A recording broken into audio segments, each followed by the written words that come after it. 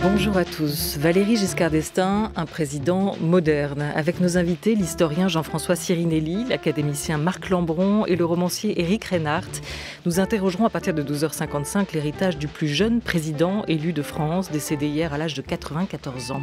Le style et l'action de celui qui a insufflé une modernité, assurément, à la fonction, réformer aussi le pays en profondeur durant son unique septennat. Mais d'abord, de Fécamp, la dessinatrice Catel trace un nouvel horizon avec ses camarades Blutch et Bastien Vivès. Celle qui a précédemment redessiné la vie de Olympe de Gouges ou encore de Joséphine Baker a réalisé un carnet de route de son premier confinement. Une partie de ses dessins sont aujourd'hui réunis dans le cahier Air Libre pendant ce temps à Fécamp. Elle est là, ici avec nous, avec ses petits carnets, son crayon et pas seulement. Catel est notre invitée jusqu'à midi et demi. La grande table. Olivia Gesbert. Bonjour Catel.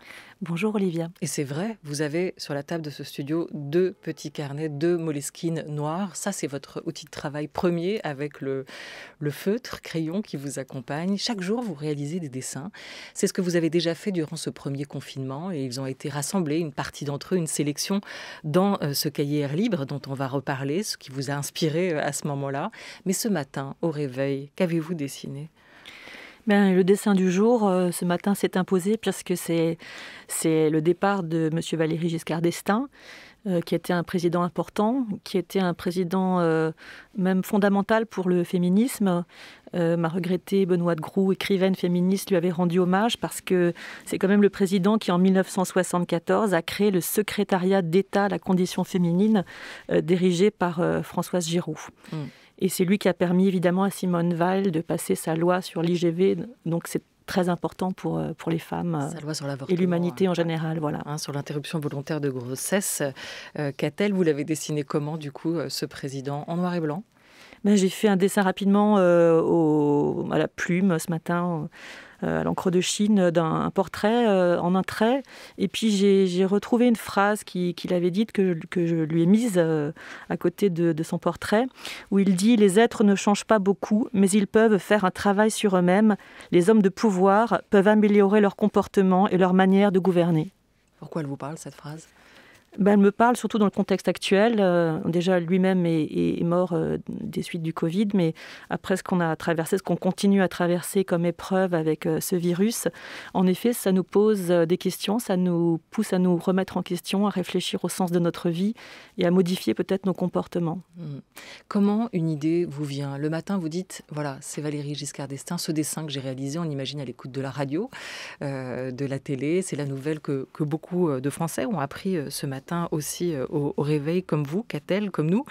Mais comment vous viennent vos idées ? Est-ce qu'il faut beaucoup réfléchir, triturer, tenter aussi de vous échapper en rêvant, boire beaucoup de café ? Enfin voilà, comment ça vient une idée ? On va écouter quelqu'un que vous avez bien, que vous appréciez, je crois, et c'est Sampé, nous raconter comment les idées lui arrivent. Écoutez, je me lève et je commence déjà à être furieux parce que j'aurais voulu me lever plus tôt. Je suis furieux parce qu'il faut que je trouve une idée. Si j'ai pas d'idée, je ne peux pas faire de dessin. Ah, si, je peux dessiner un arbre dans la tempête, dans une prairie, mais c'est pas ça qui fera un dessin humoristique. Alors donc, il faut que je trouve une idée et je râle, je suis furieux parce que c'est difficile. Il faut que je réfléchisse. Et je n'aime pas réfléchir. Je passe mon temps à ça, mais je n'aime pas ça. Je préférerais regarder, participer au mouvement de la vie. Non, pas du tout. Je me mets à réfléchir assez lourdement, il faut bien le dire. Il faut que je trouve une certaine légèreté pour essayer d'attraper peut-être l'ombre du début d'un sujet pour une idée de dessin humoristique. Il est drôle, il est très très drôle, Sampé, quand il raconte aussi... Très drôle. Comment la création le traverse ou au contraire, comment elle reste à la porte de ces matins. Où trouvez-vous, votre légèreté dans le dessin ? Alors il y a deux choses. Alors Sampé c'est particulier parce qu'il fait du dessin de presse, donc ça implique de trouver une idée. En plus de la virtuosité ou de la grâce du dessin, il faut l'idée. Alors moi j'ai deux façons de fonctionner parce que d'une part je suis une dessinatrice à idée quand je fais du dessin de presse ou quand je fais des bandes dessinées, ce qui est la plupart de mon travail, c'est-à-dire trouver l'idée de la narration, de comment représenter le personnage, comment le faire vivre.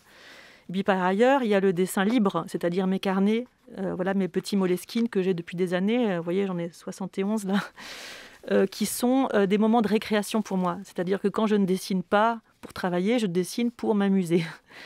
Et c'est pas quelque chose de systématique. Je dessine pas tous les jours forcément, mais je dessine quand j'en ai envie. Et ce qui me pousse à avoir envie de dessiner dans ces Moleskine, c'est l'émotion avant tout. L'émotion d'une information, l'émotion esthétique, l'émotion d'une rencontre.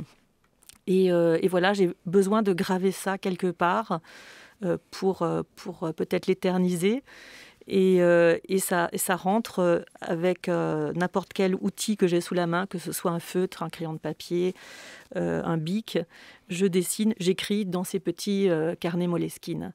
Et ce qui m'a amenée au confinement, je me suis retrouvée à Fécamp la veille de ce confinement avec des amis. Il y avait Blotch et toute sa famille dans ma petite maison de pêcheur qui me sert d'atelier à Fécamp. Il y avait mon ami Bastien Vives qui lui-même a une maison pas loin. On a appris qu'on était bloqués, on ne savait pas pour combien de temps. On pensait que c'était 15 jours et on a décidé de rester tous là-bas. Il faisait beau, c'était agréable. Et malheureusement, j'arrivais au bout de mon carnet Moleskine. Et comme tout était fermé du jour au lendemain, je n'ai pas pu me racheter un carnet Moleskine, donc j'ai commencé à dessiner autrement. Là, j'ai eu vraiment un besoin, j'ai eu une émotion très forte, peut-être d'abord une sidération qui s'est transformée petit à petit en quelque chose de plus positif. Mais j'ai eu besoin vraiment de dessiner tous les jours. Et si j'avais eu un Moleskine, j'aurais dessiné dans plusieurs Moleskine parce qu'il aurait fallu plus de 60 pages. Et donc, j'ai pris ce que j'avais sous la main à l'atelier. J'avais un vieux carnet de dessin assez grand avec des vieilles feuilles. Et puis, quand ce carnet était fini, je suis allée au supermarché. J'ai acheté des papiers de supermarché avec des crayons de supermarché.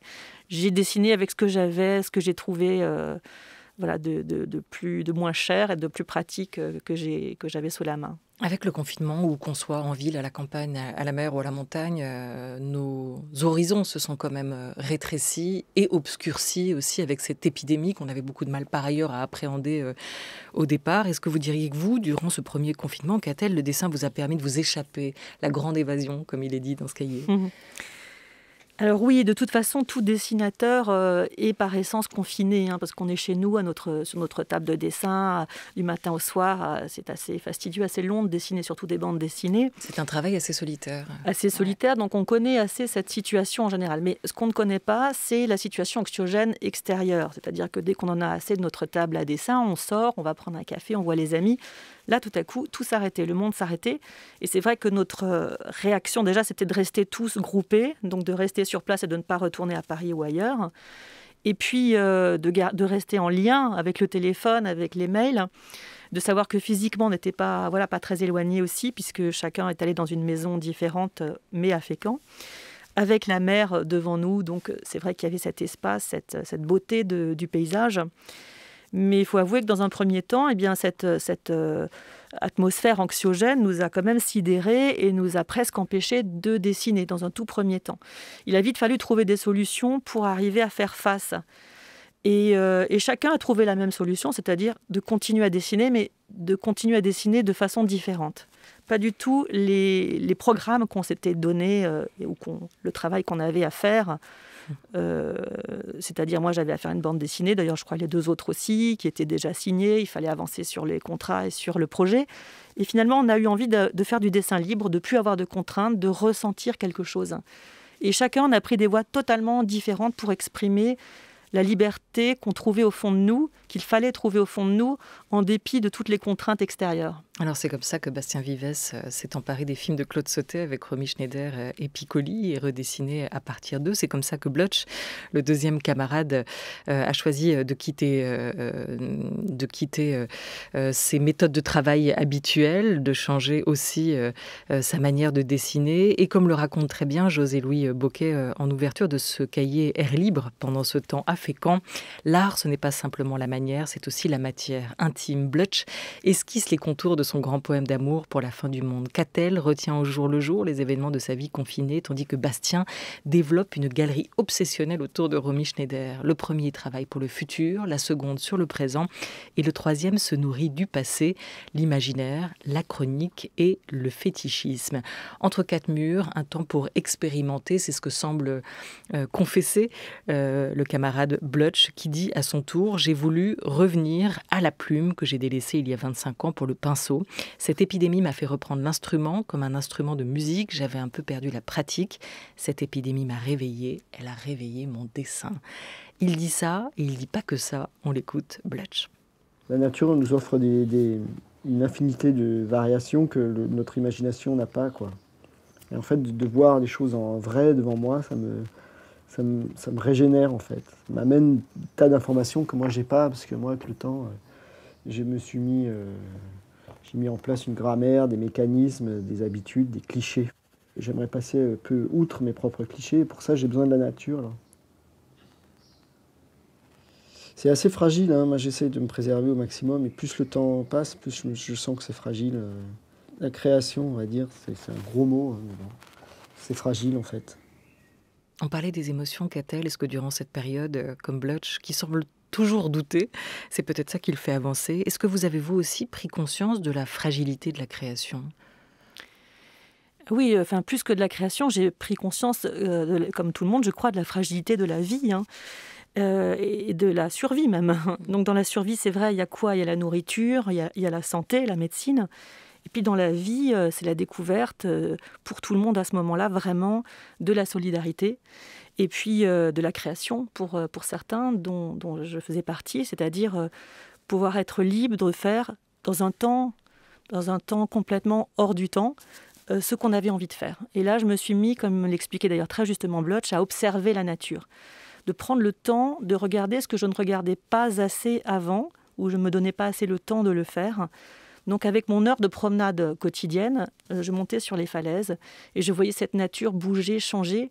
Au début, je m'étais dit, je vais faire 50 fois le même dessin, comme les impressionnistes ont déjà fait d'ailleurs, avec des couchers de soleil à différents moments. Donc déjà, sur un seul paysage, on pouvait faire des variations infinies.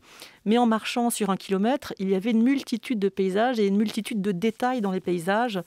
Un phoque qui venait s'échouer sur la cale devant le port, un chien qui s'amusait avec ce phoque, des goélands, des gendarmes qui passaient pique-niquer en regardant les poissons. Enfin, il y avait tout le temps des choses amusantes ou croiser simplement Blutch et Bastien. On était tous les trois avec notre famille, donc très ancrés aussi, ça c'était très important, qu'on soit sentimentalement bien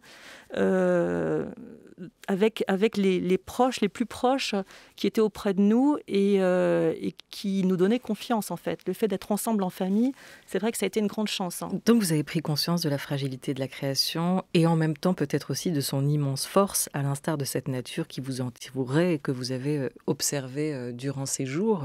Quand José-Louis Bocquet dit que vous travaillez sur le présent, en fait cette nature, ce monde que vous avez observé peut-être différemment parce que le moment impliquait ça.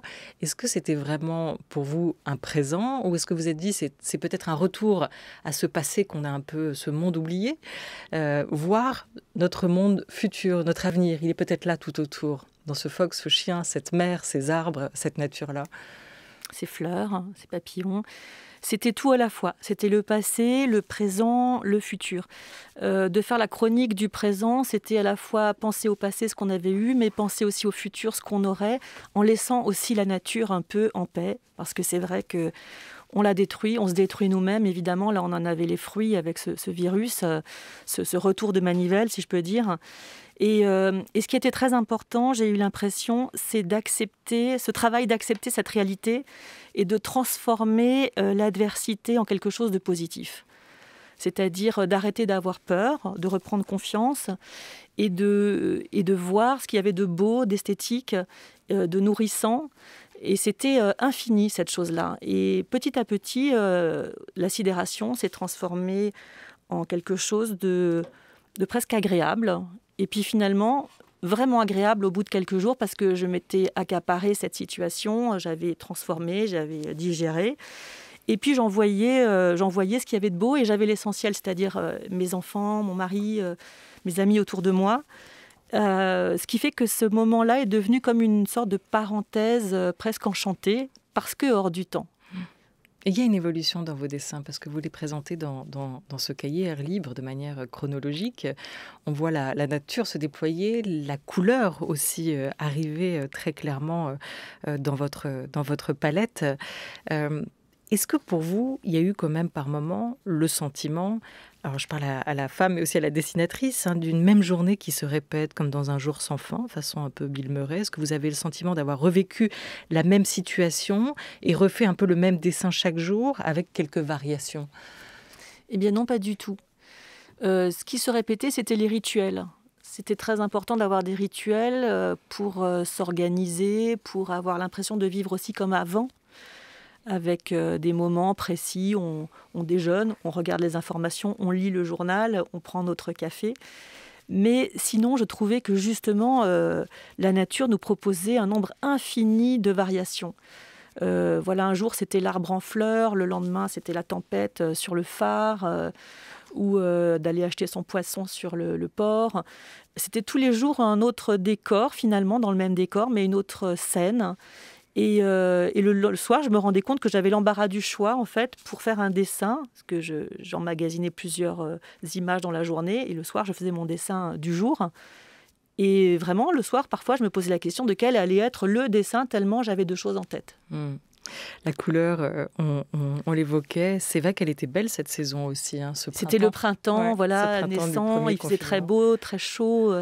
C'était pour ça que c'est devenu quelque chose d'assez magique, contrairement au deuxième confinement, qui finalement, il faisait froid, on n'était plus ensemble, on était à moitié confinés, c'était tout à fait notre ambiance. Ne parlez pas au passé, on est encore un peu dedans quand même. On est encore dedans, on espère en sortir bientôt. Au moins largement à base d'attestations jusqu'à la mi-décembre. C'était une belle saison, la couleur était très présente, la nature aussi qui semble sortie d'un long sommeil sous vos crayons. Qu'a-t-elle? Ça vous a permis, on le voit au premier regard, de regarder vous au-delà des nuages, de tracer un nouvel horizon. Qu'a-t-elle est notre invitée jusqu'à 12h30.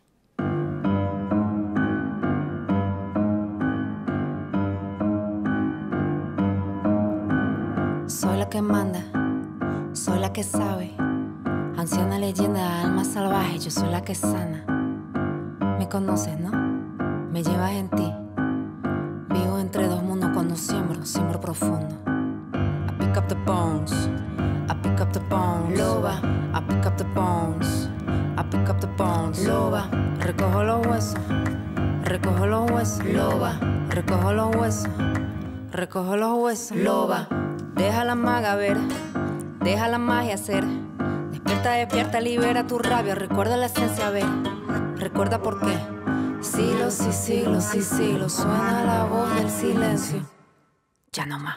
I pick up the bones, I pick up the bones. Loba, I pick up the bones, I pick up the bones. Loba, recojo los huesos, recojo los huesos. Loba, recojo los huesos, recojo los huesos. Loba. Loba, loba, loba, loba.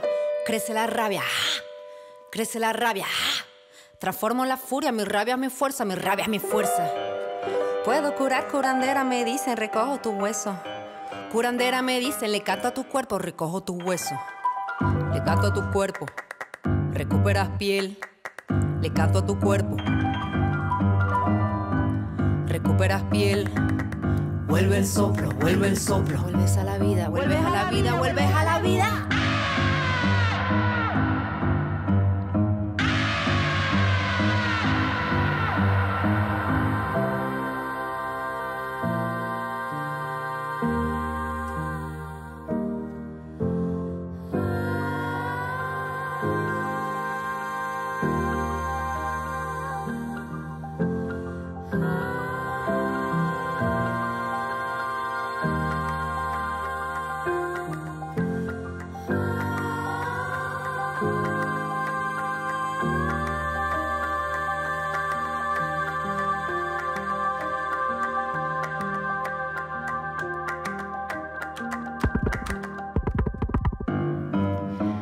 écrit de femmes pour les femmes, celui de la franco-vénézuélienne La Chica, avec ce titre, La Lova, comme la louve. Elle s'est inspirée pour ce titre d'une légende mexicaine, celle de la louve qui, avec son chant, réveille les corps endormis. Ce nouvel album, piano-voix, sortira demain, le 4 décembre, et un concert est attendu, si tout va bien, le 29 janvier, à la salle Gaveau de Paris. Elle pourrait rejoindre La Chica, votre galerie de femmes. Qu'a-t-elle, notre invitée, de Dolore à Olympe de Gouges, de Kiki de Montparnasse à Joséphine Baker. France Culture. La Grande Table. Olivia Gesbert. Durant ce premier confinement, vous avez dessiné. Vous le disiez, c'est un travail habituellement plutôt solitaire. Et là, c'est devenu, ce qui est étonnant, par le dessin que vous avez pu échanger avec Bastien Vivès, avec Blush, confinés eux aussi, là aussi, de ne pas rompre le dialogue. C'était cette envie. Qu'est-ce que ça a produit? Qu'est-ce qui ressort aujourd'hui pour vous, Qu'a-t-elle, de la confrontation de vos trois univers graphiques rassemblés ici dans ce cahier? Eh bien, je dirais qu'en situation exceptionnelle, réalisation particulière, on a tous changé de mode et de pensée et de fabrication. Alors Blotch, qui travaillait habituellement, qui venait sortir d'un grand travail de bande dessinée au pinceau, est passé à la plume, à l'encre de Chine, au collage, a pris des risques graphiques, se remettre en danger un peu dans un graphisme qui ne manipulait plus depuis un moment. Bastien, pareillement d'ailleurs, parce qu'il s'est mis à la gouache alors que depuis longtemps il ne travaillait plus qu'à la Cintiq. Voilà, il s'est mis à faire des portraits de Romy Schneider à la gouache, répétitifs, pour arriver à maîtriser complètement cet instrument et aussi dans le but de faire un projet justement en technique directe. Mais alors c'est ça qui est intéressant, c'est que votre parti pris à vous, comme dessinatrice, Qu'a-t-elle, c'est des portraits de femmes. La femme, elle est vraiment au cœur de votre travail, de vos bandes dessinées, de vos albums. Et là, soudain, vous, c'est le paysage. Tandis que Blotch dessine des corps nus magnifiques dans ce poème d'amour qu'il signe dans ce cahier. Un poème à sa femme. Et Bastien Vivès, lui, s'empare du visage, qui est un poème à lui tout seul aussi, de Romy Schneider. C'est-à-dire que les femmes, c'est eux qui se sont appropriés. Quel regard vous portez sur leur manière de dessiner les femmes? Mon regard sur leur façon de dessiner. Eh bien, chacun est dans son fantasme, je dirais. Blotch est dans l'hommage à sa propre femme, sa poésie d'amour, parce que c'est comme pour lui la fin du monde, il faut qu'il laisse une trace, et celle de sa femme. Bastien, c'est cette idéalisation d'un mythe, quelque chose qu'il a construit plus jeune, ces films de Claude Sauté avec Romy Schneider et ce retour au passé, ce fétichisme en fait. Et puis moi justement qui dessine des femmes habituellement, eh bien là je les ai dégagées. Quoique je continue à faire mes crayonnés sur ma prochaine héroïne qui est Alice Guy, la première réalisatrice de cinéma.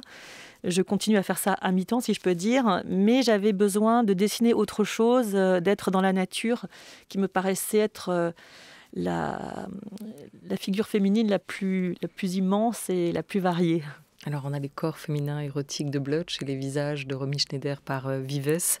Aujourd'hui, vous menez, et vous venez de l'évoquer, 2 projets en parallèle. Un album, celui sur Alice Guy, cette pionnière du cinéma qui devait sortir en septembre, et le 6e tome du Monde de Lucrèce avec Anne Goscinny. Est-ce que Alice Guy, elle aurait pu croiser Mireille Balin, votre gueule d'amour, cette vampe du cinéma français d'avant-guerre, dont le père de Dolore, l'une de vos héroïnes dans l'album éponyme sorti en 2010, est tombé si amoureux, cette pionnière du cinéma, alors qu'aujourd'hui le collectif 50-50 en France vient justement de présenter son livre blanc avec des assises pour la parité, l'égalité et la diversité. Agnès Jaoui, la comédienne, revenait sur son parcours réel. Elle se demandait comment elle avait pu être si fière de vue dans un pays où seulement 20% des femmes sont des femmes cinéastes. Quelle puissante acceptation de mon infériorité m'avait fait me réjouir d'un chiffre aussi minable, se demandait-elle. Remettre cette femme cinéaste, cette pionnière du cinéma au premier plan, pourquoi c'était important pour vous, Qu'a-t-elle? Tout mon travail, et que je partage avec Josélie Boquet, c'est justement de parler de ces clandestines de l'histoire, c'est-à-dire ces femmes qui ont marqué l'histoire et que l'histoire n'a pas retenues. Que ce soit Olympe de Gouges, Kiki de Montparnasse, Joséphine Baker. Elles ont été des figures majeures, elles ont laissé des traces. et elles n'ont pas été gardées dans les mémoires, très peu dans les livres d'histoire. Ça change maintenant. Et bien Alice Guy, évidemment, rentrait dans ce panthéon puisque c'est la première cinéaste, qu'elle a fait plus de 500 films et qu'elle a fondé la société Gaumont avec Léon Gaumont. Tout le monde connaît la Gaumont et personne ne connaît Alice Guy, qui a été, en plus de cinéaste, productrice aux États-Unis, une des plus connues, très riche et qui a tout perdu et qui a été oubliée. Donc il est grand temps de rendre hommage à cette pionnière du 7e art et de raconter l'histoire du cinéma, mais de ce point de vue féminin aussi. Il y a une autre Alice, une autre Alice que cette Alice Guy dont vous venez de vous emparer, cette pionnière du cinéma, c'est Alice Prin, alias Kiki de Montparnasse, à qui vous avez déjà consacré, qu'a-t-elle, un album, mais qui lui a d'ailleurs donné, là encore, son nom à cette BD en 2007, chez Casterman. C'était une période de l'entre-deux-guerres que vous avez racontée, celle de Kiki de Montparnasse, à ce moment-là, dans cette bande dessinée. Et en allant voir l'exposition Man Ray, dont elle fut le modèle, Man Ray et la mode, au musée du Luxembourg, on voit vraiment défiler toutes ces images de fête, d'élégance, de chic, de fantaisie et surtout de liberté. C'était une période visiblement d'hyper-créativité. Est-ce que vous pensez, et j'en terminerai là-dessus, qu'après ces 2 confinements, s'il n'y en a pas un troisième, on est aujourd'hui dans une période d'entre-deux, mais qu'un autre monde va peut-être voir le jour? Est-ce que vous arrivez à élargir nos horizons et de penser que peut-être de tout cela ressortira une période encore de folle créativité, de bonheur? Voilà ce qui nous attendrait. Je l'espère fortement. Je crois que ce moment de confinement doit peut-être être un moment de philosophie pour nous. Il est temps de réfléchir à l'ensemble des questions des êtres humains, sur le sens de leur vie. Peut-être un moment pour se recentrer et pour penser à changer notre société en mieux, bien sûr, créer, se réinventer, trouver des réponses peut-être nouvelles à tous les problèmes qui se posent. C'est d'ailleurs ce que disait Giscard d'Estaing. On a commencé avec lui, on terminera avec lui. Est-ce que vous permettez qu'on mette sur les réseaux et sur notre site le dessin que vous avez réalisé? Bien sûr, c'est un petit croquis modeste, mais... C'était celui du jour. Merci 1000 fois à vous, Catel, d'avoir été avec nous autour de cette grande table. Merci beaucoup.